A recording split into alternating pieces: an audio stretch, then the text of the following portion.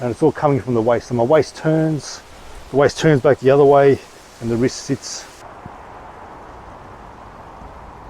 I'm still turning here, finishing that motion, and it's turning back, so there's no stop and start. So it can be said in Tai Chi that once you start, Tai Chi is only one movement, because the waist never stops. So as soon as I move, my body turns, both arms move together, and then both arms pull back together, as opposed to 1, then 2, 3, and then 4. We want it to move together here. So my waist is always turning, so my leg pushes, drives the waist, connects back into the ground. I push with this leg, turns the waist, sinks back down. Let the body turn, open width of my shoulder, sit back. Vertical spine, not here, not here, not curved forward. Here I can make every vertebra wave. It's very good for the spine.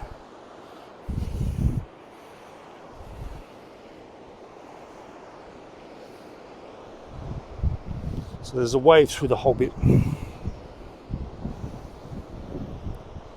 Whatever part of the body you can't consciously control, it's building tension. As I relax my body progressively, it sets off a chain reaction that cascades. As I relax my head, force goes into my neck. As I relax my neck, goes into the shoulder. I relax that part, goes down into here.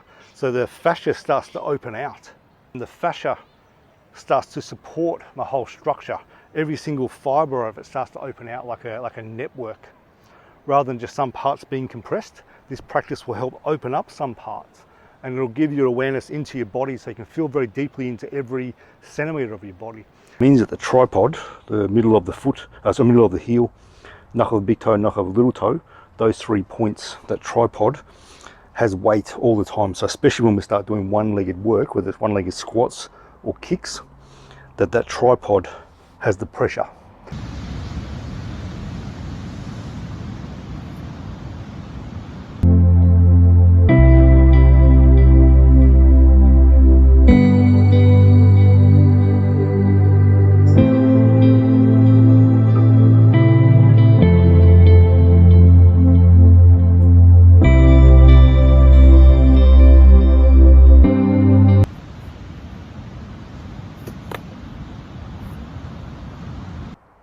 Start transferring the weight, but I start turning my hip too. So I'm starting to orient my body a little bit already to go to the 45 degrees. As I do that, this knee here doesn't follow my body. See how my knee just come in? This is a very bad angle for the knee. A lot of people walk this way and they want to have knee issues. So your knee stays open in line with your big toe. So I've got that alignment, knee stay there, body starts to turn.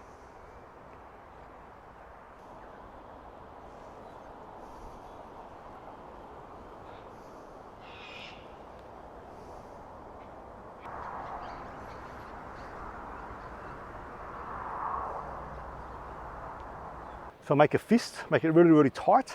Notice how when you make it tight, even the knuckles get a bit white. It's hard for blood to flow. So how I relax this, I let it go, I let go of the strength. I'll be aware of it and let go of the strength. Blood returns, muscles relax, I let go of the strength of it. I'm opening this way, so the 45-degree angle actually facilitates my elbows to be in that position. The reason being, it connects into my back more. So as I open here, my back, if I make it bigger, my back actually starts to sit back this way as the arms move forward, and I feel this connection, this wrapping around my rhomboids, around the shoulder blades, through to the arms. There's a connection there. So we want less tension in the top part of the body, and we want strength to come into the lower part of the body. That's really Tai Chi. And the main thing is it connects. So my body starts to turn, the waist starts to shift.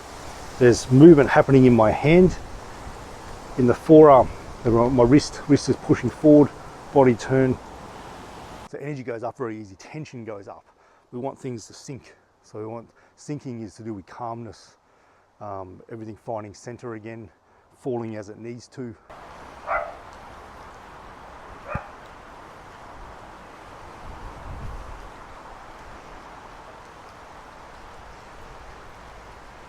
Pull back a little bit more with this one. Push forward with the wrist of the other one.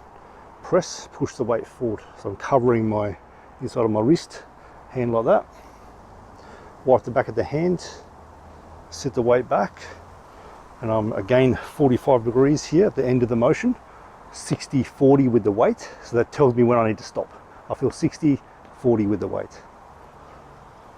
Then I'm pushing the weight forward. My toe, knee and my hip all turn in together like closing a door or closing a gate through the quad on this side here. So I pivot on the heel. So my toe lifts a little bit, pivot on the heel. So my toe, knee, hip all go in together. You can have your arm up. So this is my arm and my shoulder up. That's everything up. In Tai Chi we have the arm up, but the shoulder comes down. Then we're sitting this wrist here. If I don't sit the wrist, it looks like that or like that. So I actually sit the wrist. So there's a prominence, like I'm chopping with that part there. For Tai Chi, everything follows what the dantian's doing, what the waist is doing.